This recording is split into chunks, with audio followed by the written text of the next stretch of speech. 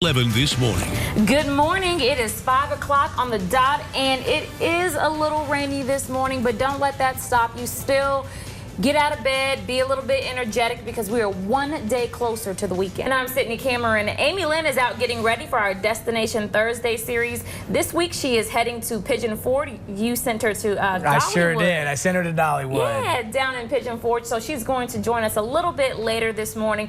But first we want to get a check on things weather-wise. A little bit of rain. And Jeremy, I heard you telling Amy yesterday that she might run into some rain down there too. At least we have the weekend to look forward to. It's going to be sunny. Thanks, Jeremy. Police in Hawkins County are investigating after a mysterious substance sent 9 people at the Rural Health Medical Center in Rogersville to the hospital.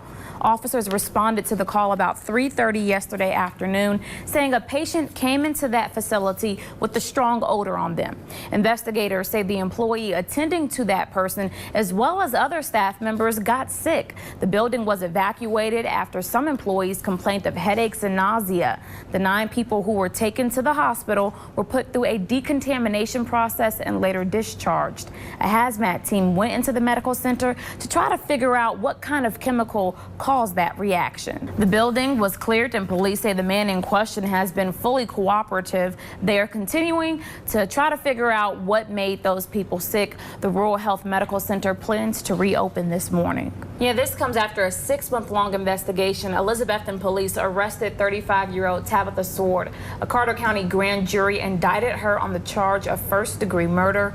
News Channel 11 obtained a 911 call she made back in May, in which she told dispatchers that she could not find her son. Elizabethton police say the boy's body was found in a nearby creek. They also say the investigation produced evidence that Sword was neglectful, and that neglect led to the child's death. Sword is scheduled to appear in court for an arraignment on November 20th. After very painful layoffs, the Tennessee Board of Regents says Northeast State Community College has turned the corner financially. Well, time now is 5:08, and Tennessee education leaders announced in October more than 9,000 TN Ready tests across the state were scored incorrectly. Oh, man. I take it you're not as excited, Sydney. Not excited about the low, but, you know, I'll be sleeping. I'll have the heat on, which, you know, will make it feel like it never happened. I won't set foot outside. That away. That's perfect. If you don't go outside, it doesn't happen, right? Cuba says new rules imposed by the Trump administration is a serious reversal in ties between the two countries. The new rules make it harder for Americans to travel to Cuba and include a lengthy list of hotels and other businesses that are now off limits to U.S. citizens. They also include an export ban on any entity or sub-entity that are controlled by or work for Cuba's military, intelligence, and security services. The Treasury Department says it wants to maintain opportunities for Americans to engage in authorized travel to Cuba and support the island's private small business sector.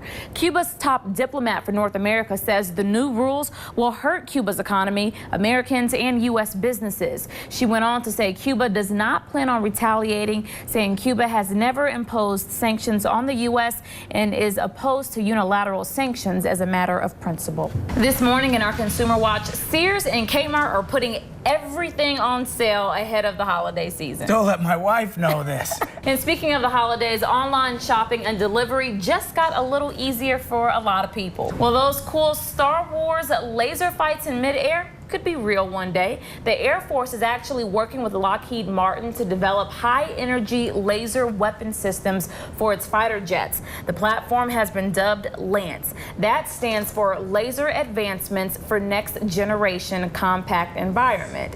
A laser mounted on a jet immediately brings to mind images from Star Wars. How could it not? The Air Force apparently wants to one day use the lasers for self-defense. The weapon system will supposedly protect forces from missiles and drones. Researchers will work on beam control and firing and creating a jet-mounted pod system to power and cool the laser.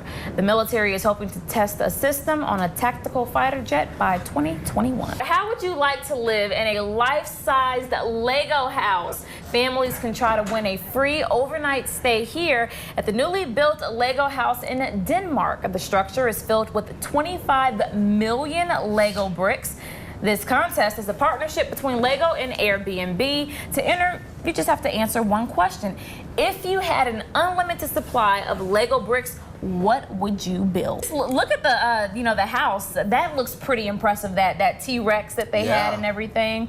So the answers for what would you do if you had an unlimited supply of Legos? They're going to be judged on originality and creativity. The winning family is going to be flown out to that house. They're going to be treated to a lot of great stuff, a personal tour. They're also going to get a special meal. Make sure you stay with us, News Channel 11 and ABC Tri-Cities this morning. We'll be right back.